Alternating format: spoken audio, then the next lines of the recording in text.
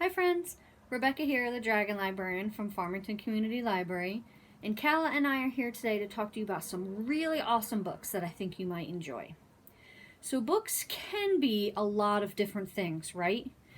But what they should be are mirrors, windows, and sliding glass doors. And what I mean by that is to be a mirror. When you read a book, you want to be able to read it and see a part of yourself in that book. You want to identify with the characters. You want to see something in that book that helps you identify your own life experience.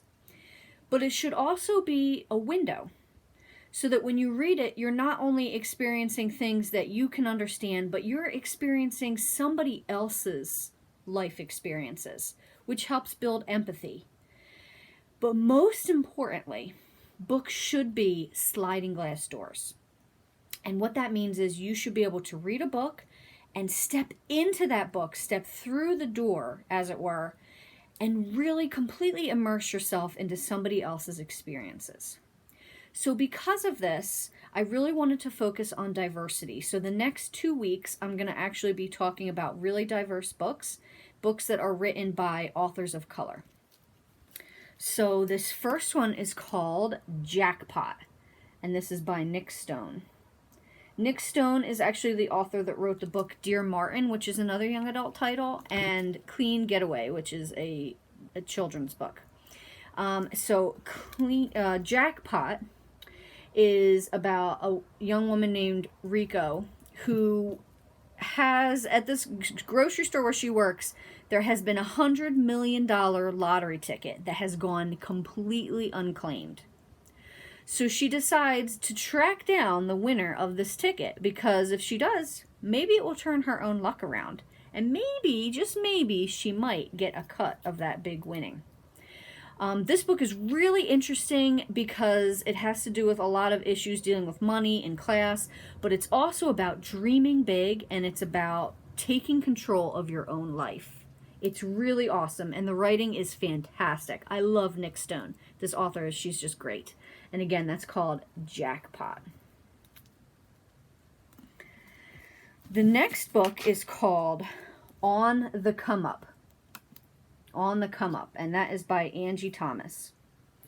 Now, you might recognize Angie Thomas because she also wrote the book The Hate You Give, which came out prior to this, which is another really amazing book, but On the Come Up is her newest story. And what that is about is actually this young girl named Bree who wants to be the best rapper of all time. And she partially wants to be this way because her father was an underground hip-hop legend who died right before he was able to make it big. So she wants to honor his memory. She wants to do that. But it's tough because she's been labeled a hoodlum in school. Her mom has just lost her job. So she's dealing with a lot of family trouble. But her first song ends up going viral. But it's for all the wrong reasons. And because of that, she's caught in this controversy that she needs to be able to stand up for herself. And it's absolutely amazing. This book has so much heart and so many great characters in it. I really just highly, highly recommend it. And that is called, again, On the Come Up. So lastly, now this is a series that I absolutely love. Absolutely love. It's called Children of Blood and Bone by Tomi Adeyemi. And this is actually part of a series. The second book, which I have here, is called Children of Virtue and Vengeance. And the third book in it, I believe, is coming out either the end of this year or the very beginning of 2021. And what this is about, it's about this land called Orisha, which used to have so much magic. It was this magical land, and then this tyrant king outlawed it. So the magic is gone, completely gone. And Zelly, our main character, her mother was a mage, a sorceress with incredible powers.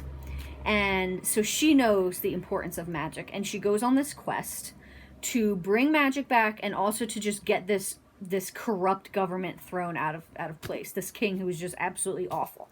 She's being chased. She's on the run from the king's son, who is also desperate to keep magic outlawed. and she has this host of unlikely allies that help her, and it's just absolutely phenomenal. What I really love best about this book, though, is the magic system, because the magic system before it was outlawed was really, really interesting. Each magic was like broken into different classes.